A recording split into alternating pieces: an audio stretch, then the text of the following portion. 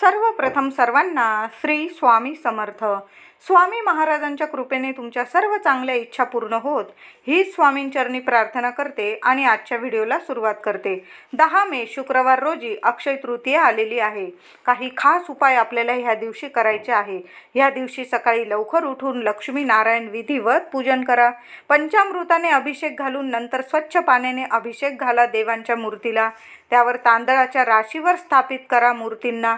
लाल पिवळी फुले वाहा. या दिवशी गणपती बाप्पाला 21 दुर्वांची जुडी करून अवश्य अर्पण करायचं आहे. माता लक्ष्मीला एखादं लाल गुलाबाचं फूल अर्पण करा किंवा जास्वंदाची फुलं असेल जास्वंदाची फुलं अर्पण करा. श्री हरी विष्णूंना पिवळी फुलं आवडतात, पिवळी फुलं अर्पण करा. तुळस अर्पण करा श्री हरी विष्णूंना. माता लक्ष्मीला 1 गुलाबाचं फूल, 5 हळकुंड आणि 5 लवंग अर्पण करा. आणि लक्ष्मी मातेला ह्या वस्तू अर्पण करताना ओम श्रीम श्रीये नमः हा मंत्र जप करायचा आहे. किमान 21 वेळा तरी जप अवश्य करायचा आहे. नैवेद्य दाखवाल, जो पण नैवेद्य दाखवा, तुळशीचे पान ठेवा आणि मग नैवेद्य दाखवायचा आहे. या दिवशी तुम्ही लक्ष्मीप्रिय वस्तूंची घरात स्थापना करू शकता. उंबरठ्यावर लक्ष्मीची पावले बसवू शकता. आधीचीच बसवलेली असतील तर उंबरठा पूजन करा छानसं आणि त्या पावलांची सुद्धा पूजा करा. नवीन बसवत असाल तर हा दिवस अतिशय शुभ आहे. देवाऱ्यात श्रीयंत्राची स्थापना करून आशीर्वाद घ्या. या दिवशी श्रीयंत्र तुमच्या देवघरात आधीचं असेल किंवा अक्षय तृतीयेला तुम्ही स्थापना करत असाल, कुंकुमार्जन नक्की करा. कुंकुमार्जन केलेले कुंकू वर्षभर नीट सांभाळून ठेवा. कुठल्याही महत्त्वाच्या कामाला बाहेर जाताना, पती असो पत्नी असो मुलं असो मुली असो, कुणीही बाहेर जाताना कुंकुमार्जन केलेले कुंकू कपाळी तिलक स्वरूप लावा आणि मग बाहेर निघा. प्रत्येक कामात यशस्वी व्हाल. काहीच कोणाला बोलायची गरज नाही की हे काम करून द्या ते काम करून द्या. यशस्वी व्हाल प्रत्येक कामात. त्याचबरोबर दक्षिणावर्ती शंखाची पूजा करून श्रीहरी विष्णूंना प्रसन्न करून घ्या. ज्या घरात श्रीहरी विष्णू प्रसन्न त्या घरात माता लक्ष्मी आपोआप प्रसन्न राहते. ह्या दिवशी घरात ह्या ठिकाणी शुभ चिन्ह नक्की काढा. हळद घ्या थोडीशी, केशर असेल केशर टाका, नसेल केशर थोडंसं अष्टगंध टाका, गुलाबजल असेल गुलाबजल टाका किंवा साधं पाणी टाका. हळद मिश्रित पहिले स्वस्तिक मुख्य दारावर काढायचे. दुसरे स्वस्तिक उत्तर भिंतीवर. कुबेर जिथं असतात उत्तर भिंतीवर आपल्याला 1 स्वस्तिक काढायचं आहे. तिसरे स्वस्तिक आपल्याला तिजोरी किंवा कपाटावर. चौथे स्वस्तिक देवघरात काढायचे आहे. त्याचबरोबर 5वे स्वस्तिक आपल्याला गॅस शेगडी जवळ भिंतीवर काढायचे आहे. या दिवशी महिलांनो गॅस शेगडीची अवश्य पूजा करायची आहे.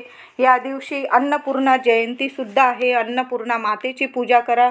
एका वाटीत तांदळावर मातेची स्थापना करा. हळद कुंकू फुलं अक्षता वाहून मातेची विधिवत पूजा करायची आहे. गॅस शेगडीची पूजा करा आणि मगच आपल्याला गॅस शेगडीवर अन्न शिजवायचे आहे. अक्षय तृतीयेला जो गोडधोड नैवेद्य तुम्ही अर्पण कराल, आधी गॅसची पूजा करा, अन्नपूर्णा मातेची पूजा करा. अखंड माझ्या घरात धनधान्य लाभू दे, कशाची कमी राहू देऊ नको. अन्नपूर्णा मातेला आधी प्रार्थना करा.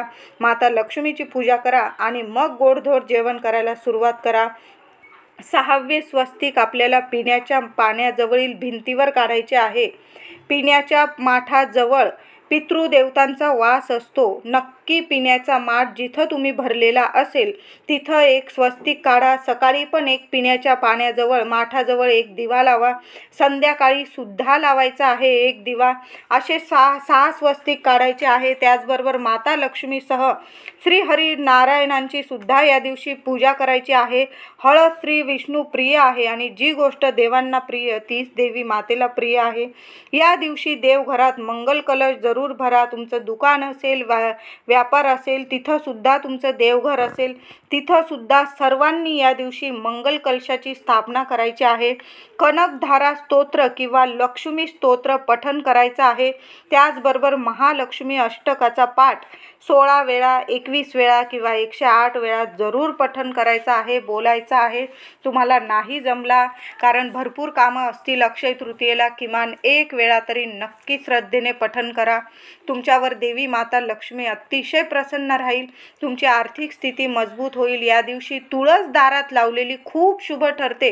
महिलांनो, तुम्हाला तुमच्या घरात दारात तुळस लावायची असेल, एक तुळशीचं रोप आपल्या घराच्या दाराशी लावून द्या। ह्या दिवशी महिलांनी तुळशीची पूजा जरूर करा। सकाळ संध्याकाळ तुपाचा दिवा लावा।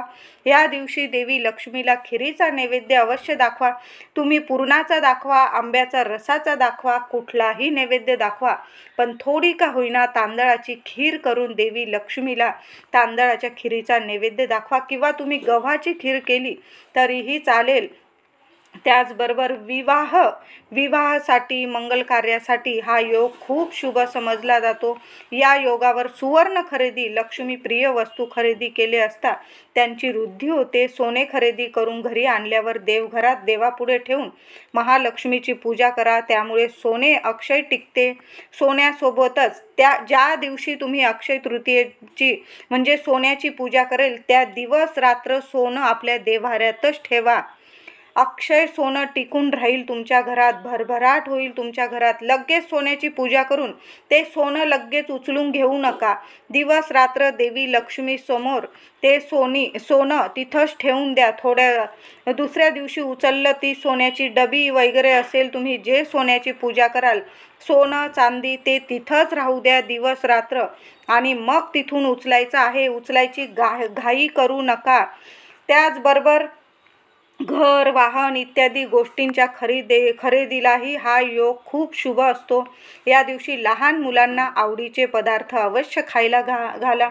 आपल्या घरात तर गोडधोड जेवण करणारच आहात, तेच मुलांना द्यायचं आहे आपल्याला। ह्या दिवशी नॉनव्हेज खाणं टाळायचं आहे। कोणीच नॉनव्हेज घरात आणू पण नका, खाऊ पण नका।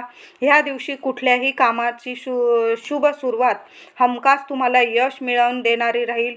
ह्या दिवशी मंदिरात जाऊन देवी लक्ष्मीचे दर्शन अवश्य घ्यायचं आहे। हिंदू धर्मशास्त्रात शुक्रवारचा दिवस खूप शुभ मानला जातो आणि अक्षय तृतीया यावर्षी शुक्रवारी आलेली आहे। महिलांनो, मंदिरात जाऊन देवी लक्ष्मीचे दर्शन अवश्य घ्या। माता लक्ष्मीला काहीतरी गोडधोड नैवेद्य दाखवा। एक दिवा लावून या, तिथं तुपाचा लावा, तेलाचा लावा, फक्त प्रकाशमय झालेलं म्हणजे मंदिरात एक दिवा अवश्य लावा।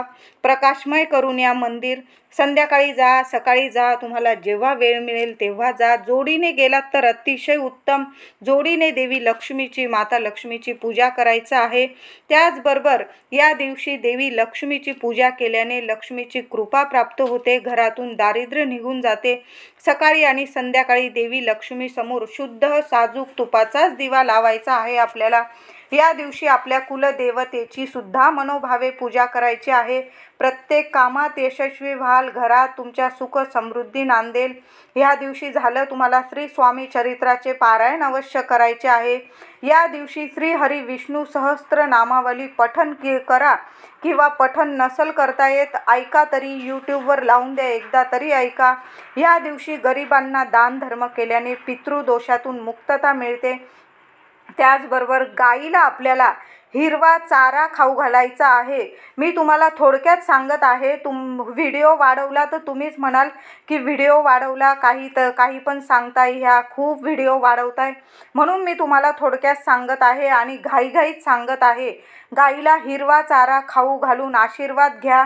या दिवशी गाईला हिरवा चारा खाऊ घातल्याने तुमच्या जन्मोजन्मांची गरिबी निघून जाईल। तुम्ही घरात जो गोडधोड नैवेद्य बनवलेला असेल, मग पुरणपोळी असू दे, एखादी पुरी असू दे, पुरीवर थोडीशी खीर घ्या। चपाती बनवलेली असेल साधी, त्यावर गूळ किंवा तूप लावून गाईला एक चपाती खाऊ घाला, पुरणपोळी खाऊ घाला किंवा पुरी खाऊ घाला। त्याचबरोबर गाईला हिरवा चारा सुद्धा खाऊ घाला। तुमच्याकडं गाय पाळणारी ती बाई असेल, तिच्याकडनं 10 रुपयाचा चारा विकत घ्या। गाईला चारा, हिरवा चारा अवश्य खाऊ घाला। अक्षय तृतीयाला आशीर्वाद घ्या। गाईच्या पोटाला हात लावा। पोटामध्ये सर्व देवी देवता, गोमातेच्या पोटात सर्व देवी देवता असतात, म्हणून आशीर्वाद जरूर घ्या। वास करतात सर्व देवी देवता। आशीर्वाद घ्या गाईचा आणि घरी या। मंदिरात पूजा साहित्य अर्पण केल्याने नशीब सुद्धा साथ देऊ लागते। तुम्हाला एखाद्या मंदिरात काही दान धर्म करायचे असेल तर अवश्य करा। या दिवशी जन्मांची गरिबी निघून जाईल। त्याचबरोबर अक्षय तृतीयेला काळ्या रंगाच्या कुत्र्याला म्हणजे श्वानाला, डॉगीला खाऊ घाला ही एक वस्तू. तर काळ्या रंगाचा कुत्रा नाही मिळाला, इतर रंगांच्या कुत्र्यांना सुद्धा तुम्हाला एक बिस्किटचा पुडा खाऊ घालायचा आहे. तुम्हाला या दिवशी ब्रेड खाऊ घालता आला तर खाऊ घाला. रोजच कुत्र्यांना आठवणीने बिस्किट, ब्रेड, चपाती खाऊ घालायचीच आहे. आपण जेवायच्या आधी कुत्र्यांना किंवा गाईला अवश्य काहीतरी खाऊ घाला आणि मग आपण जेवायला बसायचं असतं. आपली जी चपाती आपण खातो त्यातील अर्धी एक चपाती गाईला खाऊ घालत जा. रोज कुत्र्यांना खायला घालत जा, अवश्य खायला घालत जा. त्यामुळे 7.5चा त्रास असेल किंवा शनी दोष असेल तुमच्या मागे, तो सुद्धा निघून जातो. म्हणून अक्षय तृतीयेला तुमच्या घराजवळ जे कुत्रे असतील त्यांना अवश्य एक ताजी चपाती खाऊ घाला. पण कृपया या कधीच कुत्र्यांना गोडधोड खाऊ घालत जाऊ नका, कारण कुत्रे पिसाळतात आणि मग चावायला सुरुवात करतात आणि मग अशा कुत्र्यांना मारहाण करतात लोक. तर कुत्र्यांना कधीच गोडधोड खाऊ घालायचं नाही. कुत्र्यांना साधे बिस्किट खाऊ घाला, मारीचे वगैरे बिस्किट खाऊ घाला, तुम्ही ब्रेड खाऊ घाला किंवा तुम्ही चपाती खाऊ घाला. तूप लावून चपाती दिली तरीही चालेल किंवा एखाद्या वाटक्यात, मोठ्या वाटक्यात थोडंसं दूध पाजा या दिवशी कुत्र्यांना. कुत्र्यांचे पिल्लं असतील त्या पिल्लांना सुद्धा थोडं थोडं दूध पाजा ह्या दिवशी. अक्षय तृतीयेला अक्षय पुण्य मिळवून देईल तुम्हाला.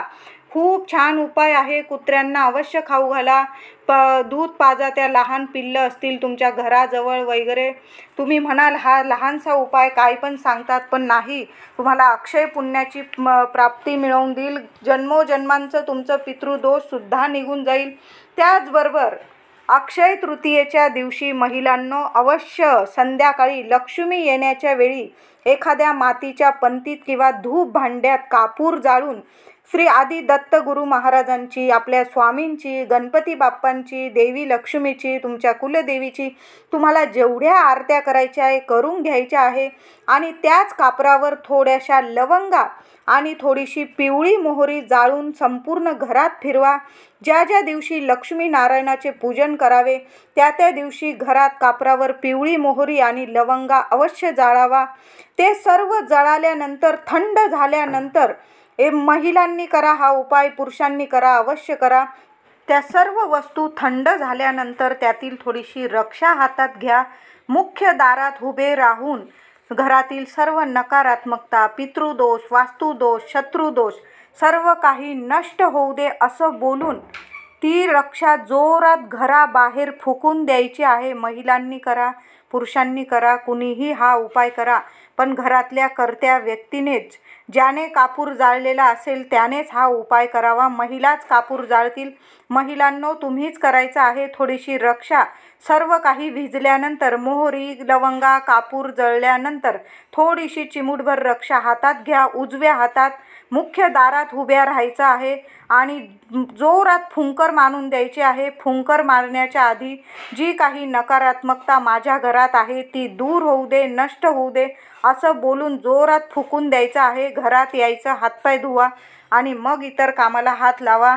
यामुळे असे केल्याने घरातील वास्तुदोष, पितृदोष, नकारात्मक ऊर्जा दूर होऊन कायमची दरिद्री, गरिबी निघून जाते. लक्ष्मी माता कायम तुमच्या घरात अखंड वास करते. उपाय साधे सोपे वाटत असतील, खूप प्रभावी आहे.